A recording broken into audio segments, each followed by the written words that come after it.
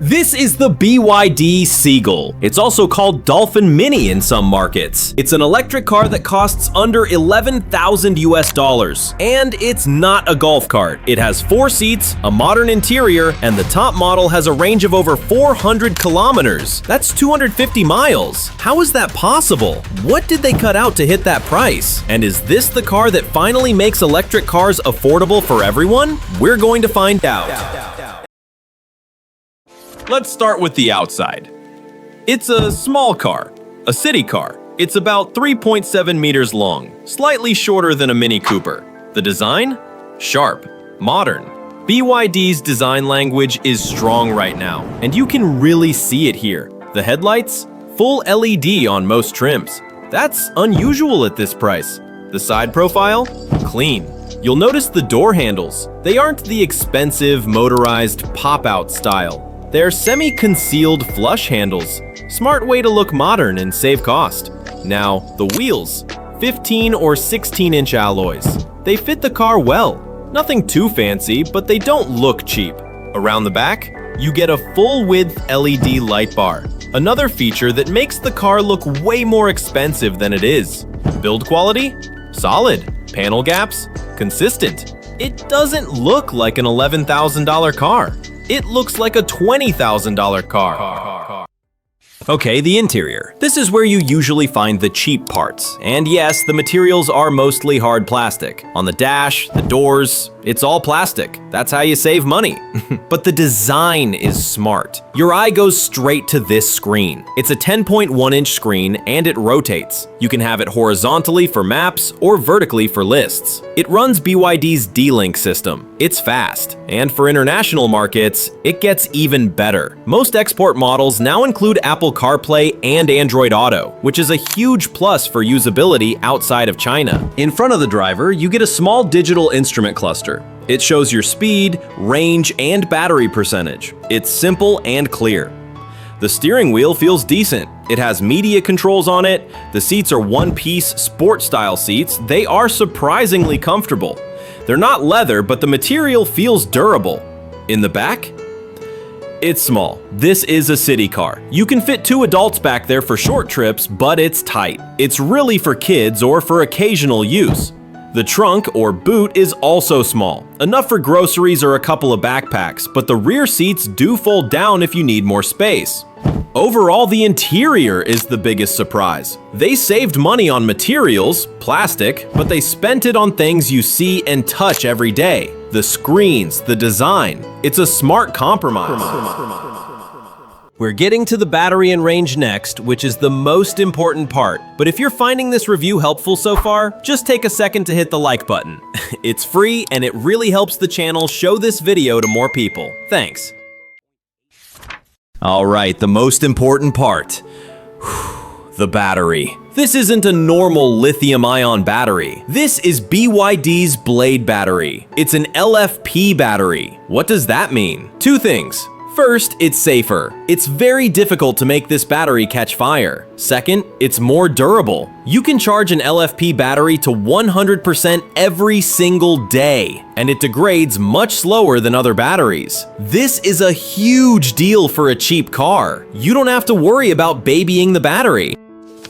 There are 2 battery sizes. The base model has a 30.08 kilowatt-hour battery.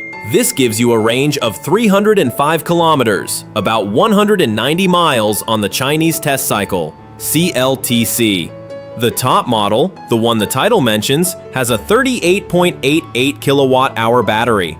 This is the one that gets the 405 kilometer range, about 252 miles. Now, we need to be realistic. The CLTC test cycle is very optimistic. In the real world, with highway driving and air conditioning, you won't get 405 kilometers. You should probably expect closer to 320 or 330 kilometers, about 200 miles. But let's be honest, 200 miles of real-world range in a car that costs this little? That is excellent. It also supports DC fast charging. BYD says it can charge from 30% to 80% in 30 minutes. That's fast enough for a quick top-up on a longer trip. For home charging, it will just plug into a standard wall outlet or a level 2 charger and be full overnight.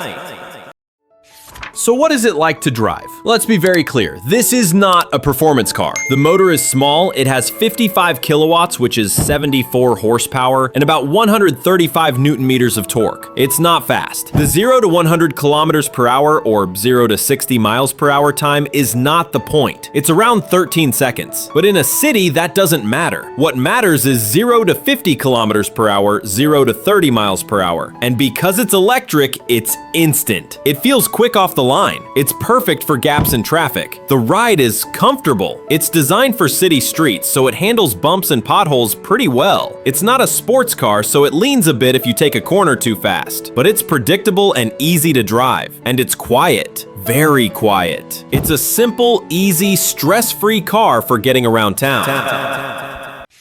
Okay, the $11,000 price. The Seagull starts at around 73,800 yuan in China. That's about 10,200 USD. The 405 kilometer range model is 89,800 yuan, which is about 12,400 USD.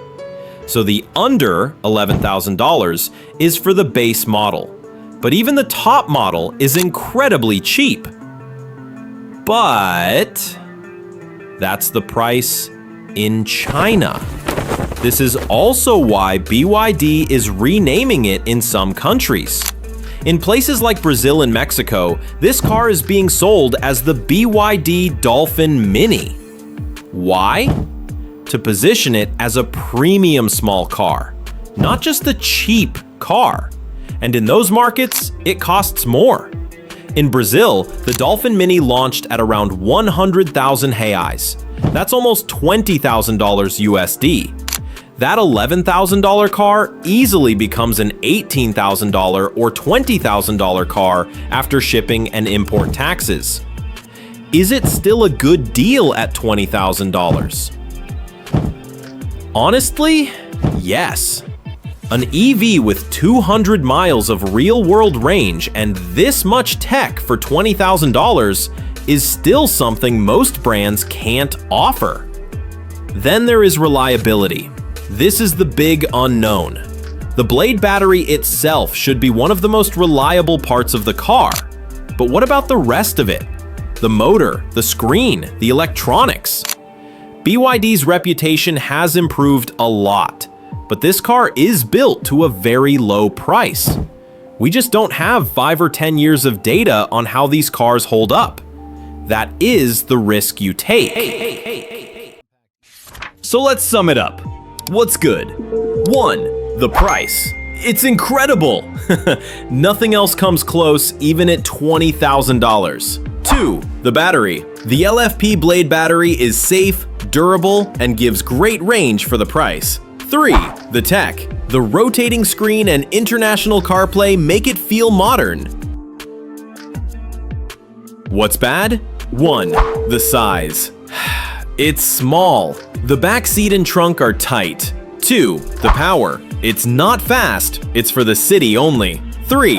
The availability. You can't buy it in America and it's much more expensive outside of China. 4. The unknowns. Long-term reliability is still a question mark. So, my final thought on the BYD Seagull, or Dolphin Mini. I think this is the most important electric car released in the last 5 years. It's not the fastest, it's not the biggest, but it proves that affordable, practical, and modern electric cars are possible. This is the car that millions of people have been waiting for. It's the car that puts pressure on every other automaker in the world. Companies like Ford, VW, and Toyota are looking at this car and they are worried. They should be. The final question is for you. Assuming you could buy this for, say, $18,000, would you choose the BYD Dolphin Mini over a used Toyota Corolla or a Honda Civic? Let me know what you think in the comments below. And if you like honest, no-fluff reviews of the most interesting cars from around the world, subscribe to Behind Steering Wheel. Thanks for watching. I'll see you in the next one.